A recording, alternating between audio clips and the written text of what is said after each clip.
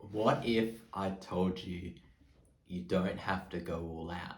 What if I told you it's really as easy as just talking? What do I mean by this? Okay, if you're like me, you're probably the competitive type. Are you the type of person that goes out and when you want to do something, you give it your all? You want to crush every workout or everything you do, otherwise, there's no point in doing it, and you're really driven. And if you do that, then you'll succeed and you'll get progress quicker and you'll be amazing, right? Slow down, cowboy. Take it easy. Let's chill for a second because I was exactly like that.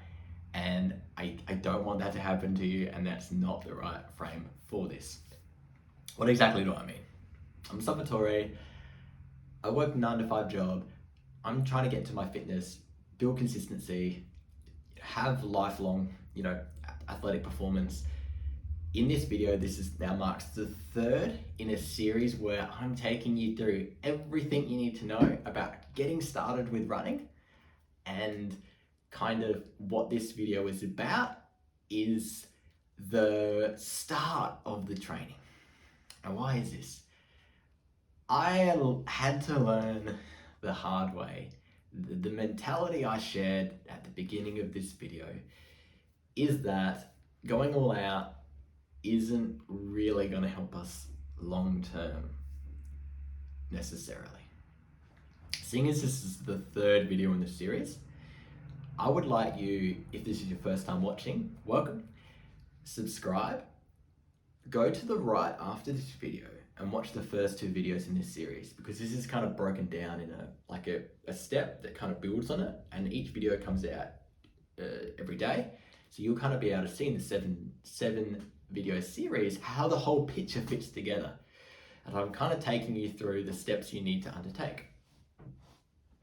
So now that we've kind of covered that formality, we can go into what exactly I mean in terms of the mistake I made. Okay, see, the thing is, I had that mentality of going too hard without a whole lot of rest, going too fast on my runs, and before I knew it, I had done something to my leg that made me think at the time it was all over and I was injured. I was very close. I saw a sports doctor, then I had to get some scans, then I saw a podiatrist, and he said I'm doing podiatrist who happened to be an Olympic level runner, or is an Olympic level runner. He said, relax, take a chill pill, you're doing too much intense training and you need to scale it back and relax, which is what I just shared before, right? And I said, okay, but how are we gonna do this? Okay, this is really easy. He introduced me to the idea of the 80-20 rule. Meaning, for 80% of your runs, your training, now that we've kind of started the initial runs and we've got a sense of the area and where we can go running, this is kind of where we're building that consistency and we're figuring out what training is going to really work for us, right? So with that, the 80% is such that, or the 80-20 rule, is that like 80% of the time it's easy and then 20% of the time it's hard. This individual in particular actually adopts a 90-10 rule. Again, 90 easy, 10 hard. So the point of this is it gives us enough time to recover between the hard and the easy sessions. And it also means that a lot of the experience is going to come from the more boring stuff almost. The wax on, wax off, the training that you think, am I really making progress? Because the thing is, we need you to build consistency and we need to be wary of injuries when running, opposed to cycling, which you can kind of do all the time without much of a fear or risk of injury. But with running, we kind of have to be a little bit more mindful of that because of the impact that it has on our bodies. Right, so I kind of alluded to the idea of, again, the 80-20. So what is the easy, what type of speed do I need to go at? Chances are, by having the Strava, which I'm recommending and logging every single run, you'll be able to see the distance you cover as well as speed. Now, I know a good amount of my audience is from the US, so I'm going to say that for me, when I look at the speed, I refer to a metric that is pace per kilometer. For you guys, it's pace per mile. And And for pace per kilometer, it tells you how long it takes for you to complete a kilometer when running. So you'll kind of be able to see that, say you went for a run, your first initial run, and it was really hard. You're like, okay, I ran at this speed. And then you did another run that you were a bit slower. Okay, you ran therefore slower. So you can kind of get a sense of where the kind of gradient is almost in terms of the runs that are harder and easier, right? So what do I mean by how to go about this speed and how to achieve it? It's actually quite easy. Simply, you need to be running at what's known as zone 2. There are different zones for athletic performance, and of course your body uses different systems to effectively exercise, right? Thing with zone 2 is it's actually somewhat of a wide zone in the sense that it's between easy and moderate in intensity, right? What it means is you should be able to have a conversation in this zone with a good friend. I mean, not a super heated, in-depth discussion about life, but you should be able to have a simple of enough chat that you feel you can do so while running. It's kind of like that's what it feels like. You're kind of cruising almost, and that's when you're kind of at the right speed or thereabouts. And the good thing is it's a range. You don't have to worry like, oh, I have to get it perfect, because otherwise I'm not doing it right, and just like relax, it's fine. Zone 2 is a relatively wide enough zone, so you should be okay. Another way to think of why we're doing this 80% of zone 2 is because we need to build conditioning in our body, because running, like I said, is an impact exercise. So we need to slowly, build up. And if we go hard all the time, we're going to increase our risk of injury. You might be thinking, well, am I really going to make much progress doing these slow runs? And I get it. Look, I was impatient too, and it's kind of frustrating. Okay, relax. Here's how I feel zone 2 training or this type of run works, right? If you're like me and you played video games as a kid, for me, one I played a lot of was Final Fantasy.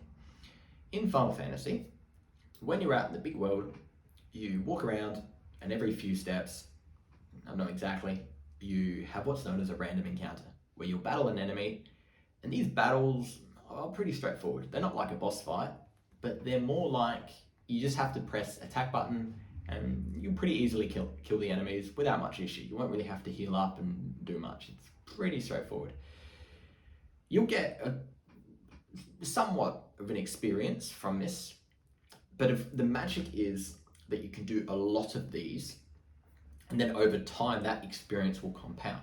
Of course, it's not going to be as much experience as if you were to fight a boss who's going to be harder and can kill you. But the point is, it's a safer way to easily level up gradually. It's like I said before, it's the wax on, the wax off, doing all the cleaning that Daniel had to do in the Karate Kid movie, where he's like getting annoyed, but it's important because it built his muscle memory. Similar thing for what we're trying to do with running, right? Or in another game, let's say Pokemon. Most people are familiar with Pokemon, right? In Pokemon, it's like the wild Pokemon you encounter, which are relatively easy to defeat, or the trainer battles. Trainer battles, again, about the same level as the wild Pokemon in the area, relatively easy to beat. Not too much thinking, especially lately with the latest Pokemon games being super easy in terms of like how I sort of remember it. But the point is, you'll get a solid, smaller amount of experience that will help you over time level up. And that's the point of what this is. Because think of it this way, there's no point getting yourself injured, or there's no point about going so hard that you won't want to go back the next day. You need to build up that muscle and that consistency, because habits aren't easy to build up. So why make it harder for ourselves? Why not make it easier? Why not take the energy that we've got from the first couple runs where we figured out the area and like, oh, this would be a great, spot to run that's pretty relaxing, and pretty good for like a zone 2 effort. Okay, perfect.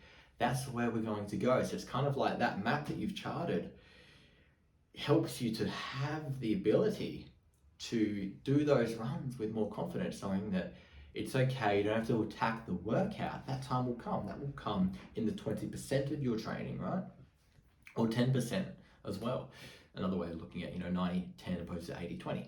But the point is, most of your runs will be done at a pace that is quite achievable, because it's about building that consistency and coming back time after time, not getting injured, and just feeling that benefit of running. So why wouldn't you want to keep feeling the good stuff without having to, push yourself to the limit every time, right? One thing I forgot to mention in my previous video is, if you start a Strava, tell me the distance you went for your first run, and like give me a follow. I'll have my Strava in the description below, and it'd be really cool to kind of build this up and have on the comments like times of and distances of where everyone went, to kind of inspire action, right? How cool is that, right? And yeah, that's kind of where I see this. So in the first couple of videos, we've kind of got the prep. Now this is like the training, what we're mostly going to be doing, right? The zone 2 should be able to run in this speed and talk with a friend. And that's it. So it's like, in conquering the mountain, we've seen the path to the mountain, right? Now we're conquering the mountain in the sense that we want to finish it, but we have to go at a certain speed. That's where this pace comes into it, which will be important in other videos. I'm getting you to think about your speed and being consistent in your runs, right? That will help you then conquer the mountain, and then of course conquer life. Now, if you'd like a little bit more help understanding this, or just more of a plan to help bring you up to speed and figure out how to start running for you, or something else you're interested in from a fitness perspective, or questions you may have, you can of course comment below. But also, if you kind of like more of a one-on-one tailored approach where I can give you more of my insights and answer your questions, I do a one-on-one coaching, which is in the link below.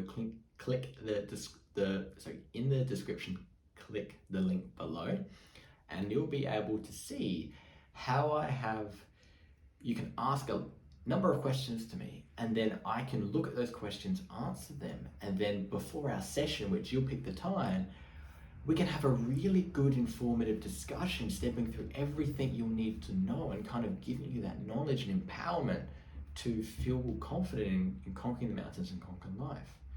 Another product I offer is a synthesis of another way to train, which is kind of through my 6 years of riding to work and riding for fitness, which is a product called Life Cycles, where I talk about everything you need to know about getting the bike, training on the bike, eating on the bike, recovering off the bike, cleaning the bike, everything you can imagine, any question you can think. I've already done in depth. It's like this video series, but as a book, where I've covered everything you can think of. It's got citations, it's got everything, it's got really easy to understand summaries. It's so much value, right? And that's kind of what I want to end at. If you want to help me further, or if you kind of want that little extra help through the coaching, that's your option, and I would implore you to do so if you want that extra accountability and extra help to get started, because it is tough getting started, I understand. And sometimes just talking to someone, or having the trust that someone is looking out for you to really think ahead based on their experience to help you crush it, and as you've seen that path before, will give you more confidence to go out and conquer those mountains. Conquer mountains, conquer life. Subscribe, stay tuned for the next video. It's going to come out tomorrow. Have a great day.